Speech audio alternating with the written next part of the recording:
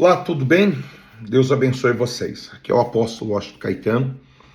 Você já ouviu falar de Yom Kippur? Porque muitas das vezes acabamos escutando falar sobre Yom Kippur e não sabemos, na verdade, o que significa a real palavra Yom Kippur.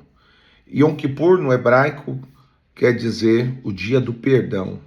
Dia do perdão ou o dia da expiação. Então, é chamado dia de Yom Kippur. Por que o dia de Yom Kippur? Porque é o dia do perdão. Então eu vou explicar para você um pouco sobre o porquê fazemos Yom Kippur, mas antes de eu falar de Yom Kippur, eu preciso falar de Rosh Hashanah e preciso falar também sobre o período de Teshuvá. O que é o período de Teshuvá? É um período de 40 dias que nós passamos em oração, pedindo perdão ao Eterno pelos nossos pecados, pelas decisões erradas que tomamos ou atitudes precipitadas que tomamos. Então, apresentamos diante do Eterno, pedimos perdão a Ele, para que Ele possa, então, escrever o nosso nome por mais um ano no livro da vida. Nós preparamos os 40 dias antes de Yom Kippur. Então, nós começamos, então, essa preparação agora, dia 23, agora de agosto, que é quando entramos no mês de Elul. E concluímos no dia 2, esses 40 dias, 2 de outubro, que aí então completa os 40 dias no dia 2 de outubro. Por que nós fazemos então esses 40 dias? Isso é bem lembrado quando nós lemos o livro de Jonas, quando Deus envia Jonas até a cidade de Nínive. E Deus queria trazer uma mensagem para aquele povo, que dentro de 40 dias o Senhor se apresentaria à cidade de Nínive e todo aquele povo e toda aquela cidade então seria destruída por conta da idolatria, por conta do pecado, por conta das coisas abomináveis que eles estavam fazendo perante os olhos do Senhor. Então Deus então envia Jonas. Jonas tenta não ir para Nínive, mas ir para Tarse, mas ele acaba chegando em Nínive através de um grande peixe. E quando ele chega em Nínive, ele anuncia que daqui 40 dias o Senhor visitaria a cidade de Nínive e toda a cidade seria destruída. Então é quando a cidade de Nínive entra em período de Teshuvá, arrependimento profundo, jejum, pranto e choro, e eles começam a pedir ao Eterno perdão pelos seus pecados. Os reis tiram suas vestes sacerdotal e também entra nesse período de jejum profundo. A Bíblia vai dizer que passando 40 dias, o Eterno, ele visita a cidade de Nínive. E quando ele chega na cidade de Nínive, ele fica impactado. Ele vê toda a cidade se arrependendo, fazendo jejum, chorando, pranto e choro, e todos com a cara no pó e na cinza. Então a Bíblia diz que o Eterno, ele desiste de fazer o mal que ele iria fazer, e ele não aplica, então, a sentença na cidade de Nínive. Então, ele perdoa o povo de Nínive. Então, por que nós entramos no período de Teshuvá, em jejum, oração, arrependimento, para que o Eterno, então, possa mudar os decretos amargos da nossa vida. Decretos que muitas das vezes já foi liberado, mas no período de Teshuvá, nós temos a oportunidade de reverter esses decretos e aquela sentença que seria aplicada, ela ser anulada, ou seja, uma mudança de decreto. Então, por que nós começamos agora, no mês de Elul, dia 23, o período, então, dos 40 dias? Porque é o período que vai até Yom Kippur. Porque quando chega agora, no dia 22 para o dia 23 de setembro, nós comemoramos o quê? A festa de Rosh Hashanah. Então, dará 30 dias do dia 23 até o dia 22, 23 de setembro, que comemoramos a festa de Rosh Hashanah. O que é Rosh Hashanah? Aniversário da Terra. O calendário lunar, o aniversário da Terra acontece em Rosh Hashanah. E agora, esse ano de 2025, nós estamos indo para o ano de 5.786.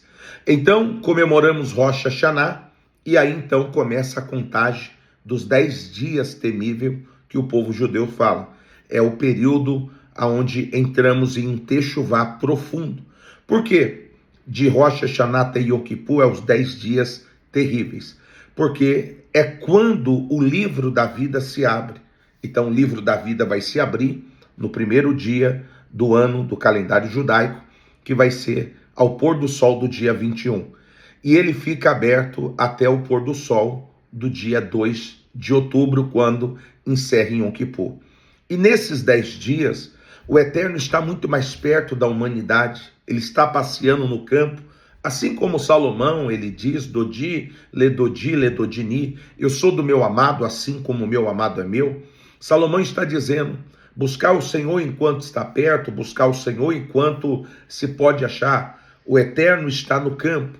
Então é nesse período que os judeus falam que nós temos a probabilidade de mudar os decretos para que não precisamos passar em Yom Kippur sem o nosso nome estar escrito no livro da vida. Os rabinos então dizem que esses 10 dias são os 10 dias mais importantes para a humanidade. E é nesse período que nós vamos se preparando para o juízo, porque esses 10 dias estamos sendo julgados. O Eterno está com a sua caneta na mão e ele está decidindo nesses 10 dias quem vai nascer, quem vai morrer, quem vai ficar rico e quem vai ficar pobre. O Eterno vai decidir nesses 10 dias de Rosh Hashanah até Yom Kippur, quem vai nascer, quem vai morrer, quem vai ficar rico, quem vai ficar pobre, quem vai ter saúde, quem não vai ter saúde, quem vai ter alegria, quem vai ter tristeza. Então é muito importante esses 10 dias até Yom Kippur. Pois bem, chegamos agora no 9º dia, ao pôr do sol, entramos então no período do jejum de Yom Kippur e começamos então 25 horas consecutivas de jejum, sem água, sem alimento, sem poder usar cremes, cosméticos, joias e sem poder usar nada de couro. Colocamos uma sandália havaiana nos pés e aí então entramos no nosso período de Yom Kippur nessas 25 horas. E nessas 25 horas nós podemos alcançar alguns méritos perante ao Eterno. Nós podemos alcançar bênçãos extraordinárias. Um grande portal se abre. Nesse período, nós podemos também pedir para que o Eterno ele possa reverter decretos da nossa vida. Yom Kippur tem o poder de fazer você viver 10 anos em um ano. 10 anos em um ano. Ou seja, é um tempo de aceleração. É um tempo onde o Eterno está mais próximo de nós e ele pode sim nos abençoar de maneira extraordinária, escrevendo o nosso nome no livro da vida, para que nós possamos ter um ano bom, um ano doce e um ano abençoado. É por isso que em Rosh Hashanah, quando estamos comemorando Rosh Hashanah, as pessoas falam uns para o outro, Shana Tová Umetuká, Shana Tová Umetuká, que quer dizer um ano bom, um ano doce, um ano cheio da bênção do Eterno, cheio das abrahás. E nesse período também, nós preparamos uma oferta de sacrifício e nós apresentamos, que é chamada essa oferta de como Tzedaká. É uma oferta de justiça para que o mérito seja alcançado. Então, abençoamos, colocamos no altar do Senhor essa oferta. E essa oferta tem o poder de se potencializar 1000 vezes mais. Então, tudo que eu faço nesse período dos 10 dias se potencializa por 7. Tudo que eu fizer de bom para alguém é como se eu estivesse fazendo para 7 pessoas. Tudo que eu fizer para uma pessoa é como se eu tivesse feito para 7 pessoas. Então, quer dizer, quanto mais coisas boas eu plantar nesse período de Rosh Hashanah até Yom Kippur, isso tudo vai ser revertido em bênçãos para o próximo ano, para a nossa vida. Então, nós vamos estar colocando sempre aqui informação para preparação do Yom Kippur do ano de 2025 agora, que estamos indo para o ano de 5.786. E eu quero que você tenha um excelente Yom Kippur, que você tenha uma experiência eterna, uma experiência muito grande com o Eterno, que o nome do Eterno seja glorificado e que você possa desfrutar